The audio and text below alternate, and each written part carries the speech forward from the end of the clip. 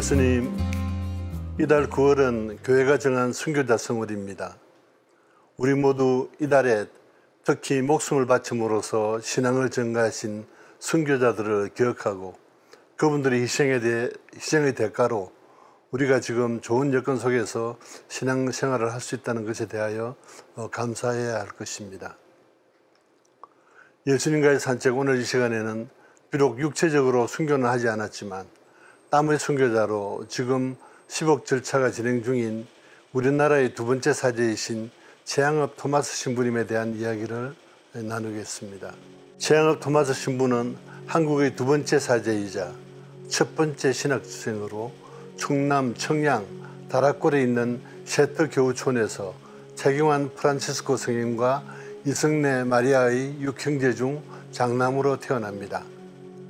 정조부대에서부터 이존창의 권고로 천주교에 입교한 모태신앙 집안 출신입니다.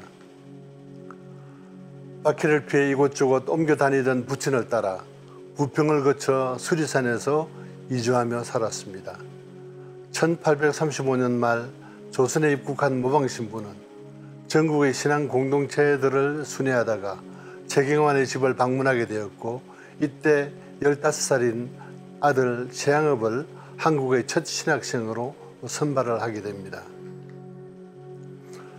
선발된 최양업은 모방신부에게 라틴어 수업을 받았고, 이어서 신학생으로 간택된 최방제, 프란체스코 하베르와 김대근 안드레아가 이 신학생에 합류하게 됩니다.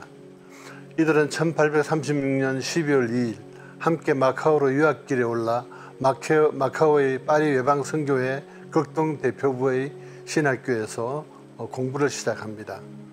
유학생활 도중에 1837년 11월 동료인 최방제 프란치스코는 열병으로 사망을 하게 됩니다. 한국에서는 이 무렵 기해박해가 일어나면서 아버지 최경환 프란치스코와 어머니 이성래 마리아도 순교하게 되어 타지에서 부모를 모두 여의는 그런 슬픔을 맞게 됩니다. 아버지 최경환과 어머니 이성래 마리아를 잠깐 언급하면, 아버지 최경환 프란치스코는 천주교 기해박해 때 순교한 한국 천주교의 103위 성인 중에 한 사람입니다. 충청도 홍주목 다래골에 있는 부유한 경주 최씨 집안에서 6남매 중 막내로 태어납니다. 가족과 함께 한양으로 이사해서 살다가 신앙을 지키기 위해 강원도 금성과 경기도 부천을 거쳐 경기도 과천의 수리산 산속 마을에 정착을 하게 됩니다. 산중턱을 개간하여 담배를 심고 옹기와 숯을 만들며 생계를 이어가면서 공소회장으로 새로 이주해온 천주교 교인들의 정착을 적극 지원했습니다. 많이 배운 사람은 아니었지만 묵상과 신심서적을 통해 교회의 심오한 진리에 대한 놀라운 지식을 갖게 되었고, 밤이 되면 교인들을 자신의 집에 불러 교리를 가르쳤습니다.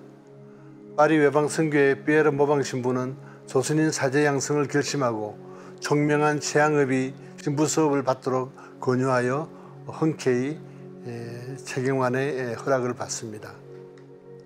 수리산 자락에 천주교 공동체가 있다는 정보를 입수한 포졸들이 1839년 7월 31일 밤 최경환의 체포를 위해 집을 포위하자 그는 그들에게 막걸리를 대접하고 환대하며 준비가 되었으니 동틀 때까지 편히 쉬도록 권유를 합니다. 다음날 아침 신앙을 전가하기 위하여 100여 명의 교우들을 대동하고 포졸들과 같이 한양으로 향합니다. 한양으로 가는 도중에 최경환은 지친 교우들에게 한 천사가 황금자로 그들의 보폭을 재고 있다고 말하며 그들이 십자가에 매달린 예수를 상기하도록 격려했다고 전해지고 있습니다. 신문이 시작되자 그는 엄청난 양의 피를 흘리고 곳곳에 뼈가 노출되었지만 끝까지 신앙을 전가하다가 태영 340대와 곤장 110대를 맞고 1839년 9월 11일 35세의 나이로 숨을 거두게 됩니다. 1925년 7월 5일에 성 베드로 광장에서 교황 피오 11세가 집전한 79위 시복식을 통해 복자품에 올랐고, 1984년 5월 6일 한국 천주교 창립 200주년을 맞아 방한한 교황 요한 바오로 2세가 집전한 103위 시성식을 통해 성인 품에 올랐습니다. 그의 시신은 지금 안양 수리산 가톨릭 성지에 모셔져 있습니다. 그리고 최양업의 어머니 복자 이승래 마리아는 네포의 사도 이존창 루도비코 곤자가의 집안 사람으로 어려서부터 총명하고 씩씩한 정신을 지녔던 그녀는 18세 때 4살 연하인 최경환과 결혼을 합니다.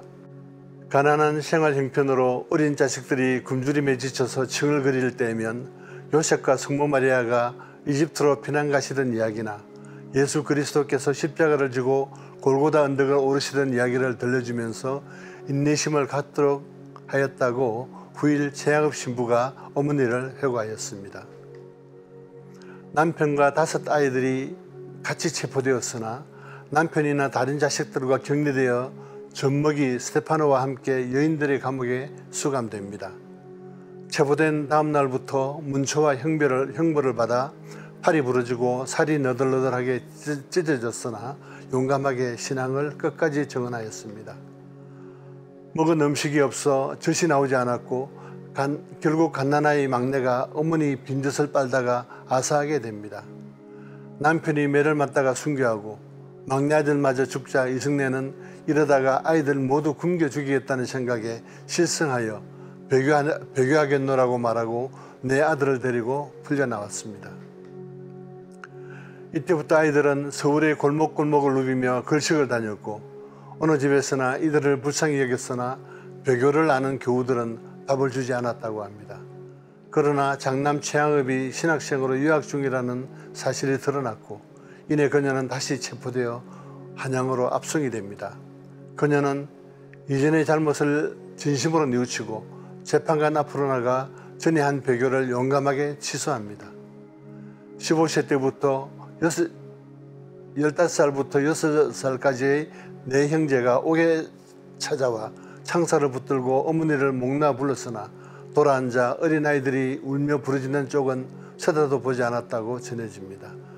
마리아는 관례대로 마지막 문초와 형벌 끝에 사형 선고를 받았으며 집행 전날 감옥으로 찾아온 아들들에게 머리를 빗겨주면서 이제는 다들 가거라.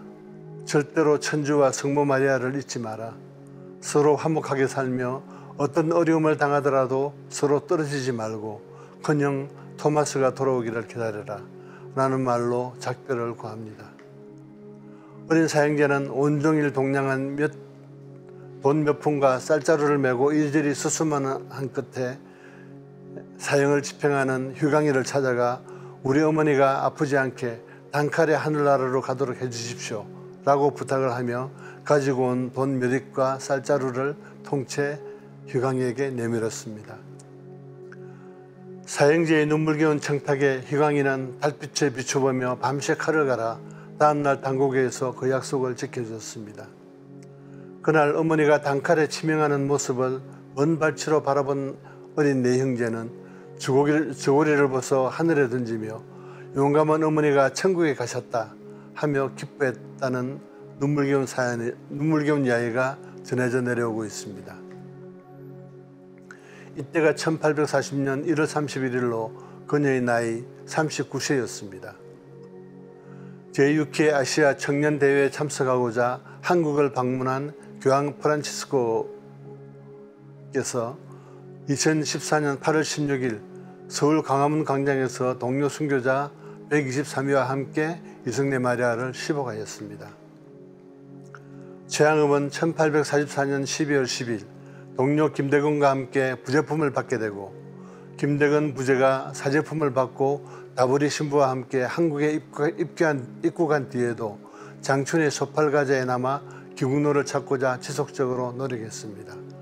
페레올 주교는 최양업을 먼저 사제품에 올릴 생각이었으나 교회법상 나이 제한 때문에 올리지 못하고 있다가 김대건이 조선 귀국이 결정되어 있는 주교의 동반 입국자로 정해지면서 서둘러 김대건을 먼저 사제품에 올리게 됩니다. 기국로를 탐색하던 중 최양업은 조선 천주교의 밀사들을 만나 1846년 박해와 동료 김대건 안드레아 신부의 순교 소식을 듣게 됩니다.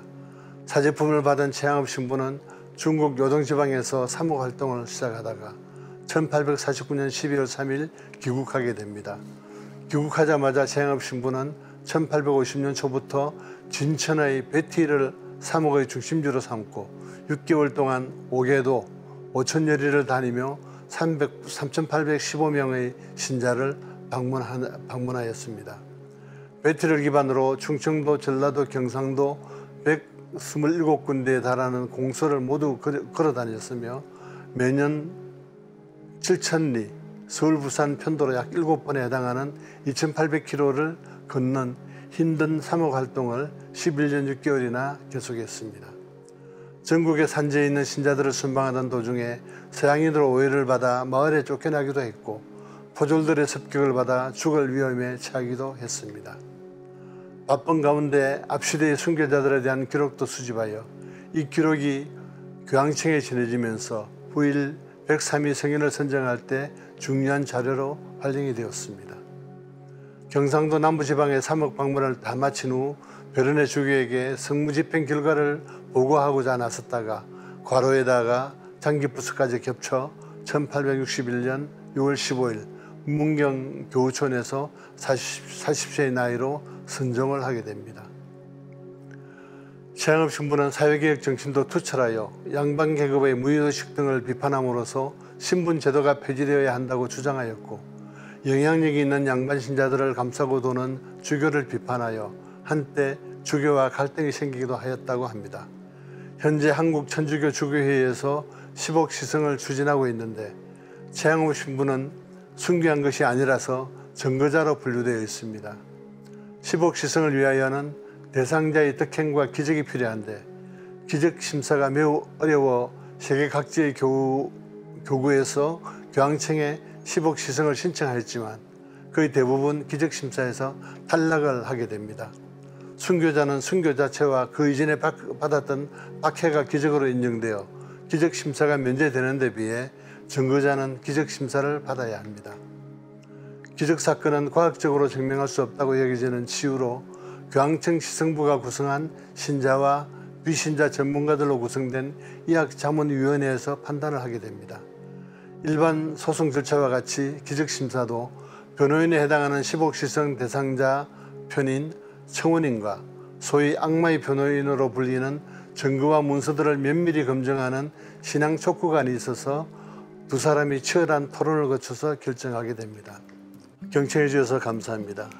최양업 신부는 아직 목자로 승인되지 못하여 매우 아쉽지만 우리가 열심히 기도하면 머지않아 10억이 가능할 것입니다. 모두 신부님의 전구를 통한 많은 기적이 이루어질 것으로 믿고 함께 기도할 것을 청합니다. 예수님과의 산책 오늘 말씀은 이것으로 마치고 다음 주에 다시 뵙도록 하겠습니다. 감사합니다.